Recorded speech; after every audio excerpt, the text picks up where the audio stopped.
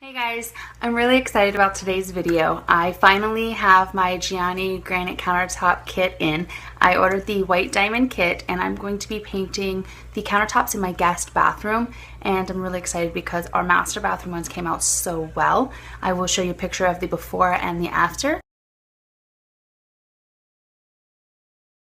They were originally a peachy colored Formica countertop. They stained really easily and they just looked really horrible and outdated. So we wanted a really cheap fix, but we wanted it to look high-end and expensive. So I did it on my own. And then afterwards we took it a step further and we added an epoxy clear coat to the top, which gave it a really glass-like finish and made it super durable. And then we also, because it was so successful in our bathroom, we decided to do our kitchen as well.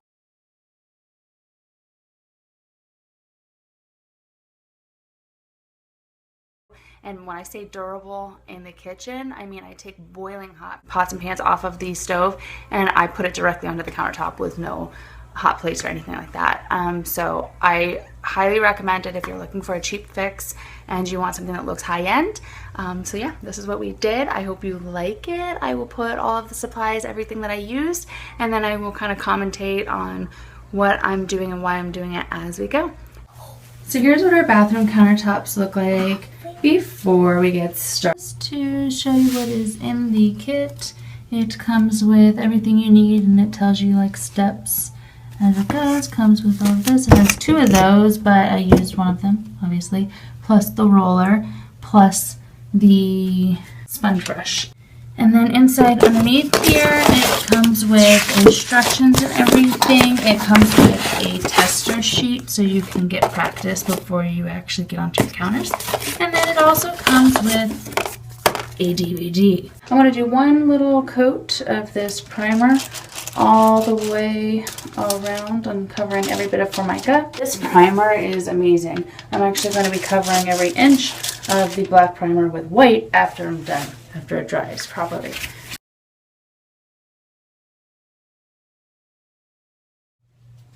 Alright guys, so I'm about to do the first coat of my white. I'm using the white limestone first, and then what I did is I just cut off a little piece of the sponge off of there. I just took the scissors and cut a little chunk off. Got two of them there. I'm going to wet it slightly. Oh, that kind of was a lot, but I'm going to squish a lot of that out. You just want the sponge to be damp. I am using a Frisbee that I lined with press and seal because I guess I'm out of paper plates. So anyways, so I dabbed it in there and then I went ahead and I'm going to just kind of go like that around the edge there. So now that I've got that ready, I'm just going to, and I'm doing this all over. The key to it is to not have it dripping to get off any excess. And when you dab here, you're going to dab lightly. You're just going to go boop and up. Just touching up, touching up. You're not pressing down. You're not smearing it. It's not like a stamp. And I'm going to do this over the entire thing until it is all covered in white. So this is my first layer of the white done. So I'm about to do another layer of like a white based one. I'm actually doing the pearl mica this time because I kind of want a little bit of a pearl shine to peek through as I'm going to start building my layers. So that's what I'm going to do. I also recommend cutting up like tiny little pieces like this to like your little creases, like, because that's a hard spot to get. So that's what I do for that. So I'm going to go ahead and do another layer on here of the pearl mica on top of the white limestone to start building my colors. Can I have a sandwich? A sandwich? Yeah. Yeah? I Okay. So this was doing that next coat of white over the pearl mica.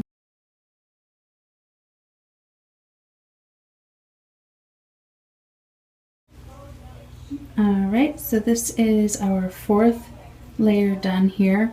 What I did is I came back and I did a mixed layer of the pearl mica and the white limestone. I just kind of mixed them both while they were wet, dabbing on, like alternating the colors to really try to mix and bleed them in. Okay, so the next thing I'm going to do is show you how to do a vein. that runs down using a little bit of the black paint, a spray bottle, and then a sponge with some of the white on it. So I'm going to just dip the brush, get just a little bit on there. I don't want a lot at all. So whenever you do a vein, consider how a natural one would run. If it starts up here, it's not going to just stop right there and there'll be nothing there. A true thick piece would kind of run down if it were there. So I'm going to start here, let it kind of go. And what I did to get kind of a natural little twist there, I kind of rolled the brush as I went down. So then I went down there. That's okay, that's a little thicker in some areas. All right, next thing I'm going to do is grab my spray bottle here. Spray a couple of practice pumps, stand back and spray it just gently over this area. Loosen it up, take your wet and kind of, I had a little too much on there. Dab around to break up that harsh line. You can still see that it's there, and it also gives you a little bit of gray. Go over and do one more dab on that later. But other than that, I've got a pretty natural looking vein. Voila.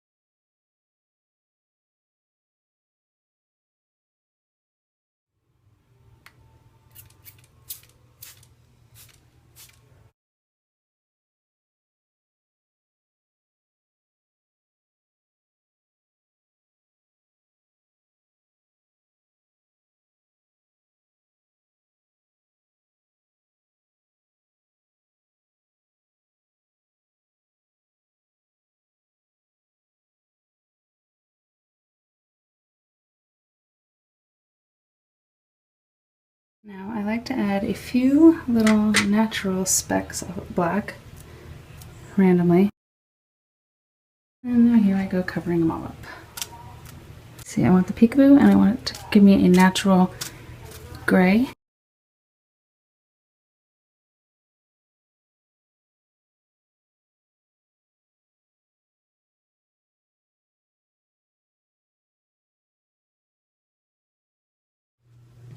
Okay, so after I did the veins here, the last trick I have up my sleeve is I'm going to add one last layer of the white, and then I'm going to blow a little bit of glitter onto that while it's really wet to give it kind of that like natural stone typed sparkly like effect, because I'm a little bit of a sparkle gal. Okay, so while this coat is still wet, it's time for my favorite part. Glitter! So I put it on my hand because my hand kind of has that natural dewiness to it. Just, you know, this natural skin oils, and I want it to kind of stick to that because if I put it on paper, it's all going to fly away too much. I want it to kind of stick and have something to help it splatter. So I'm going to stick it here and just gently blow it on.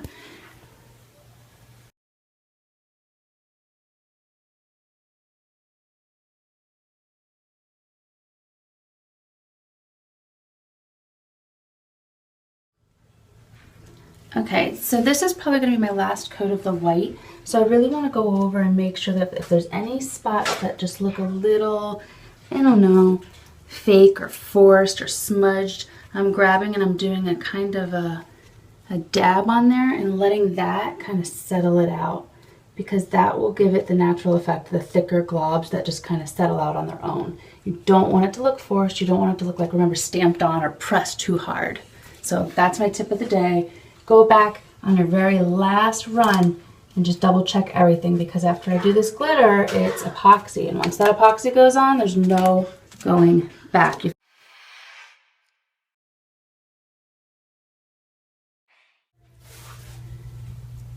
Okay, another quick tip is to take your tape off of everything here. If it looks like it's going to peel up at all, use a straight razor, a blade, some sort of knife, anything to get it up before the epoxy layer. But before you do the epoxy layer, re-tape with a fresh layer. Because this one was here underneath all of my tape, I don't want to put the epoxy in the tape and then have the tape actually rip underneath the epoxy. So now that our counters are dry, we're going to do the last step, which is pour the epoxy coat on. Now, as you can see, I have re-wrapped my sink and I have plastic that is all around to catch anything that falls on the floor. Now for this layer, we're just going to be doing the bottom here. I'll go back and do a clear coat of polyacrylic up there because this epoxy is so thick. It's like molasses, it would just drip down and give that a drip look, and so I don't want to do that. The clear coat comes with the Granite kit, so that's what I'll use on the back. And then the epoxy we bought, which is this. It comes in 2 different bottles. You mix those 2 together, equal parts. At the same time, stir it up. It gets very hot, very sticky. I'm using like an old Clorox tub because I plan on throwing this away when I'm done. So I'm going to pour both of them in there, mix it up. Okay, so we've mixed the epoxy and he's now pouring it on. You're going to see his plastic gloves. You will want to have everything covered. This stuff is a mess and it hardens like crazy, like glass actually. Alright, so he's just kind of pouring it on there to make it easy, and then he's going to use the paint stir stick to level it out and kind of smooth it, and then this stuff is going to self-settle on its own. While he's doing that, it's going to drip over on the edge. We understand that an excess amount is going to drip off. That's fine. You just want to have like a nice, even, thick coat.